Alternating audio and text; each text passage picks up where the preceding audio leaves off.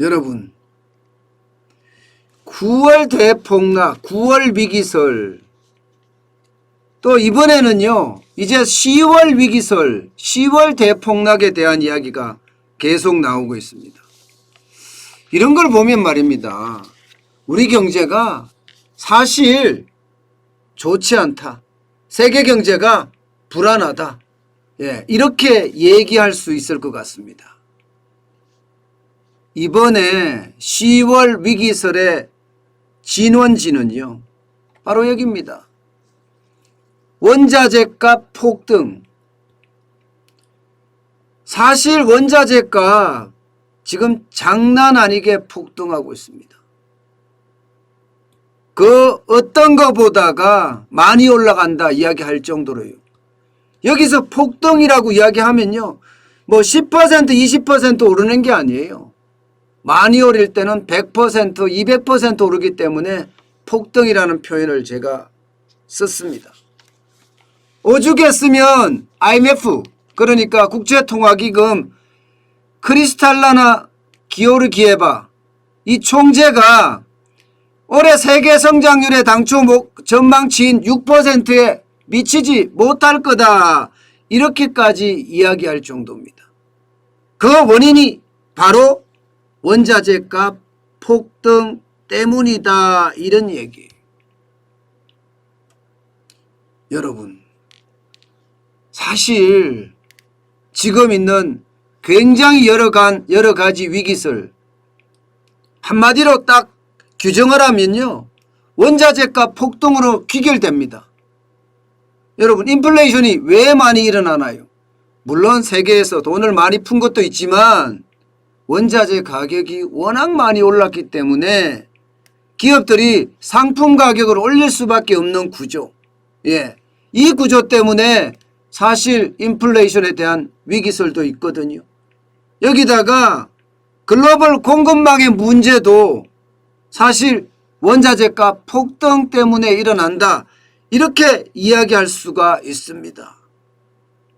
쉽게 말하면 원자재값 폭등 때문에 글로벌 공급망에 대한 문제, 물류 대란에 대한 문제, 인플레이션에 대한 문제, 스태그플레이션에 대한 문제 모두 이곳에서 비롯된다 이렇게 이야기할 수가 있는 겁니다. 실제로 말입니다, 가격이 원체 많이 올라갔어요. 보시는 것처럼 국제유가만 하더라도 7년 만에 최고치입니다. 7년 만에 최고치예요.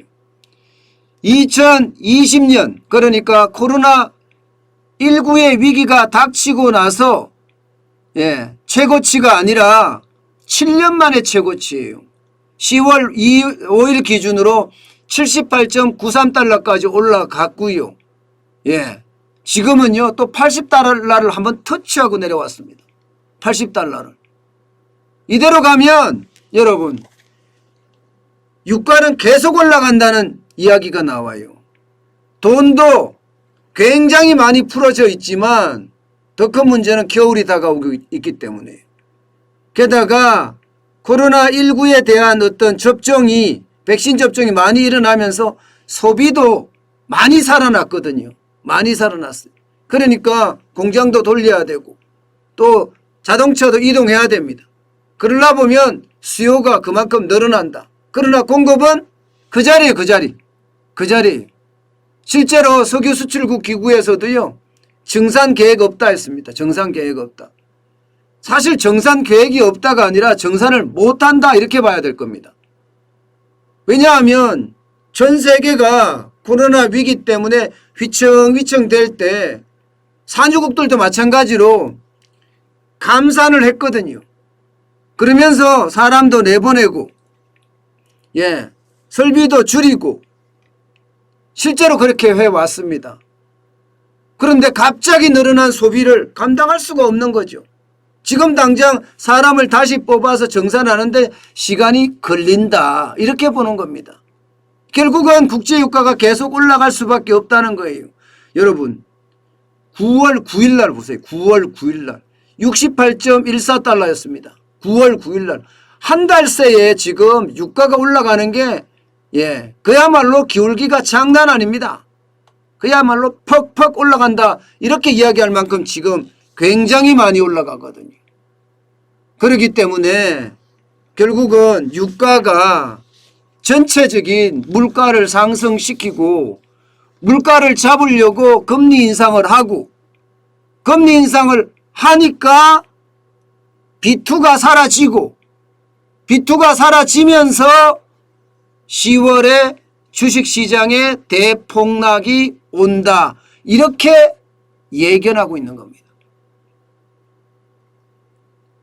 실제로 말입니다. 실제로 월가의 전문가들 내지는 경제학자들도 10월의 위기설 이야기 많이 합니다. 스티븐 로치 같은 경우는 뭐라고 했습니까? 스티븐 로치 예일대 교수예요. 얘는 좀 비관론자이긴 한데요. 여기는 뭐라고 했나 하면 여러분 1970년대식의 스태그플레이션이 닥친다 이렇게 이야기했습니다. 스태그플레이션이 닥친다는 것은 저성장의 고물가가 지속된다는 건데 저성장의 고물가가 지속이 되면 될수록 금리 인상은 빨라지고요. 금리 인상이 빨라지면 빨라질수록 B2에 대한 것, 돈 빌려서 투자하는 것은 이제 점점 사라진다는 이야기가 됩니다. 그만큼 말입니다. 지금 1970년대식의 스태그플레이션 그런 우려도 지금 많이 하고 있는 편이거든요. 게다가 말입니다. 이게 국제유가, 원유만 올라가는 게 아니에요. 천연가스는 더 심각합니다. 천연가스는 7월 6일 날 1 MMBTU당 3.6달러였습니다. 7월 7일 날. 그러던 것이 10월 5일 날 1 MMBTU당 6.31달러입니다. 2배 올랐습니다. 2배. 3개월 만에. 심지어 말입니다. LNG 가격은 하루새에 42%를 폭등한다 이야기할 정도로 지금 가격은 그야말로 천정부지로 올라갑니다. 천정부지로. 엄청나게 올라가요. 그러니까 이게 기업 입장에서는요. 그렇지 않으면 서민 입장에서도 가스값이나 여러분 유가가 올라간다는 것 이것은요 결국 서민 물가가 올라간다는 게 돼요. 전기료가 올라가죠. 난방비가 올라가죠. 계속 올라가는 그런 결과를 가져올 수밖에 없습니다. 여기에다가 마지막 한 방은요. 광물들이 또 올라간다는 거예요. 주요 광물들이. 여러분 보세요. 탄산 리튬만 하더라도 358.4%까지 올라갔습니다. 유연탄은 183.6%까지 올라갔고요. 망간은 99.2%, 알루미늄은 69.5%, 니켈은 31.5%가 올라갔습니다. 이렇다면 여러분들이 쓰시는 휴대폰부터 시작을 해서 플라스틱 용기까지 안 오르는 게 없다. 기업 입장에서는 원자재 가격이 워낙 오르기 때문에 이것을 안 올리는 것은 오히려 기업이 망할 수도 있다. 이런 얘기까지 나옵니다. 오죽했으면 뉴욕타임스에서는 뭐라고 했나 하면요. 에너지 가격 급등이 경기 회복에 찬물을 끼얹는다. 이렇게까지 표현을 했습니다. 그러면서 이게 결국은 10월의 위기설에 어떤 설명을 덧붙인 거죠. KDI 한국개발연구원도 마찬가지입니다. 원자재 수급 불안이 국내 제조업을 위축시킬 수도 있다. 이렇게까지 이야기를 하고 있는 상태입니다. 결국 말입니다. 유가가 오르지요. 천연가스도 오르지요. 주요 광물 가격도 오르죠. 그러니 시장에는 그만큼 충격을 줄 수밖에 없는 그런 상황들이 굉장히 많이 따르게 됩니다. 결국은 원자재 수급난이 말입니다. 공장의 가동률을 떨어뜨리고 또 공급망에 병목 현상을 만들어냅니다. 공급이 그만큼 덜 따라주면 어떻게 됩니까? 수요는 늘어나 있고 가격은 올라갈 수밖에 없는 구조예요. 그만큼 원자재 가격의 급등은요, 오히려 시장에 엄청 충격을 주고 있습니다. 결국 물가가 올라간다는 이야기인데 세계 물가야 2% 정도 간다고 하지만 2021년 지금 현재 3.6%까지 올라간다고 하거든요. 물가가. 그런데 여기서 멈추지 않습니다. 신흥국으로 가면 더 심각합니다.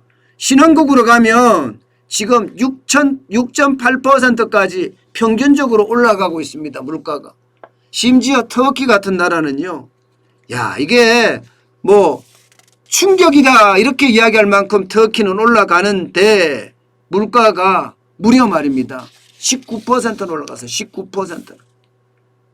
그러니까 터키 입장에서는 지금 어떤 때보다가 충격적이 된다 이런 이야기잖아요.